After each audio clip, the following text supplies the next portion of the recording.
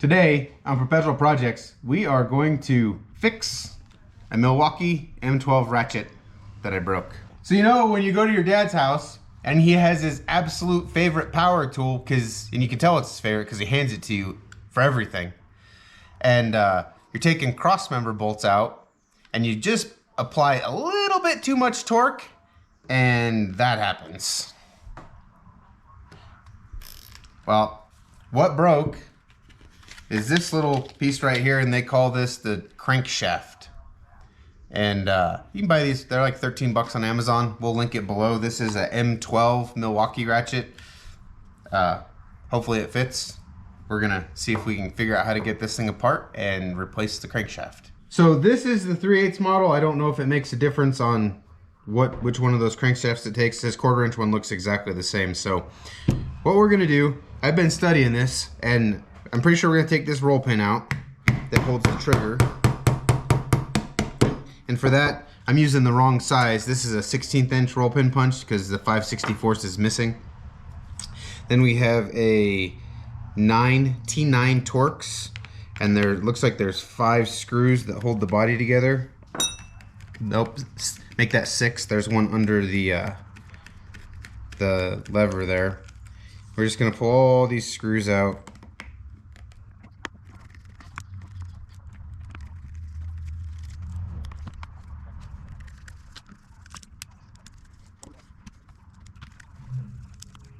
I think I said 6, I meant 7.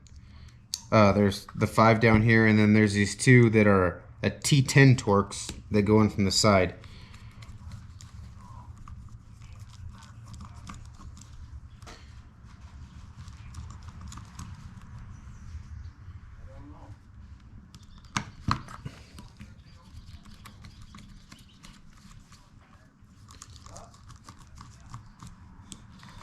For reference, I took the shorter screw underneath the trigger so that I remember where it goes. We can watch this back later. We're just gonna see if, oh, it came right apart. Okay, I guess we better take this screw over here out. There's 2 on the back side here. I didn't think we were gonna have to take those out, but looks like we're going to, so we're gonna take them out.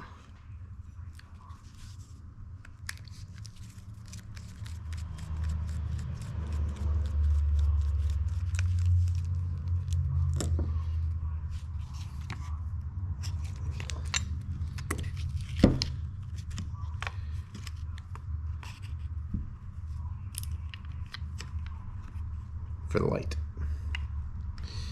Okay, so then we just got to figure out how to get the motor pin. Look at that, comes right out. Okay, so then we have like a planetary setup in there.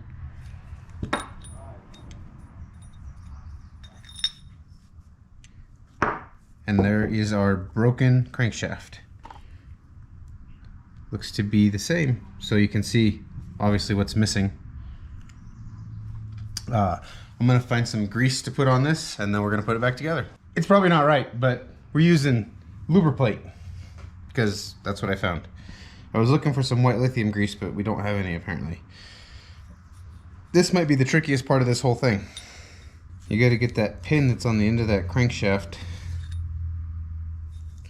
lined up with the little notch that it fits in there.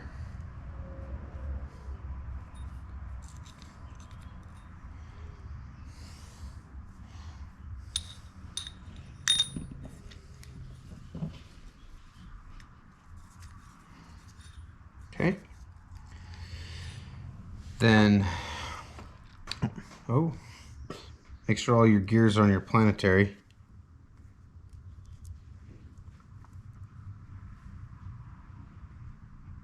Hope for the best. I knew that was going to happen. So we'll just take a little bit of this. Do the gears go upside on that or down? They go up because this meshes on the crank like that. So we're just going to put a little to hold all these gears in place. and it'll also give them some lubrication.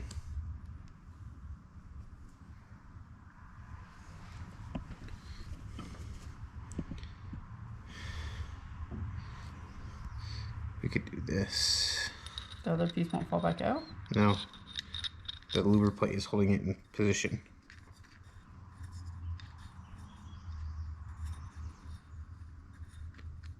Okay.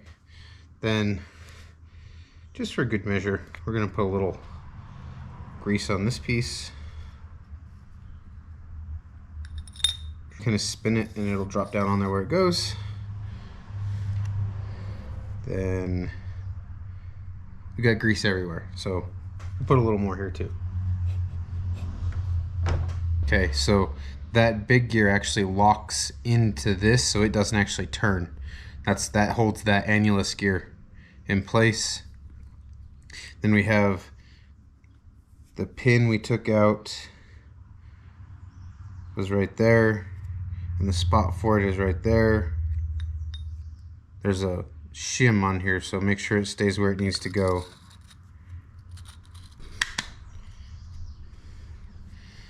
Okay, all of our holes are lined up, so we'll drop our pin back in. Gotta put it in the right hole. Okay, and then now we just gotta finish putting this back into the case. We're using the wires to tell us how this all went together because well, they have a memory. So this wants to go just like that, and then this one wants to come up. That's the LED light that lights up your work area.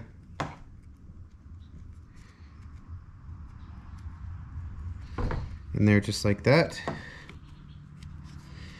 Don't forget your trigger lock.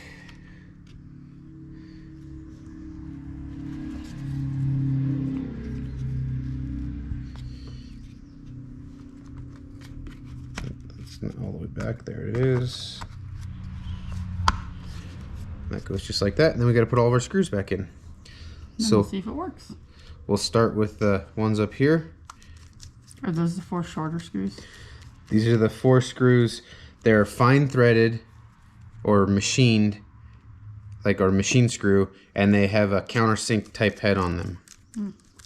They're a completely different screw than the ones, and you'll know these go into steel, the steel head of this, and these other ones go into the plastic.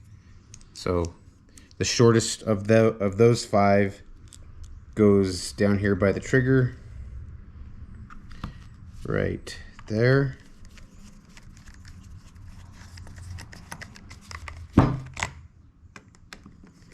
You know, I said T9, but I think T8 might actually work easier because they're just a little bit too small for that.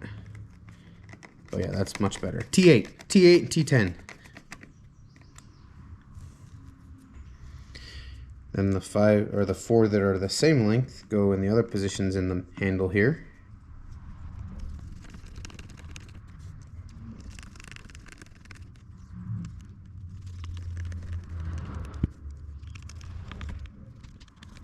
So the last piece you have to put back in is your roll pin that holds the trigger on.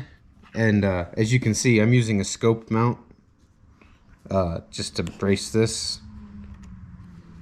May or may not be the best idea.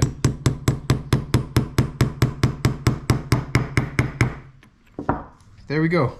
All right, now let's see if it works. It didn't smoke. Nice. See if it goes the other way.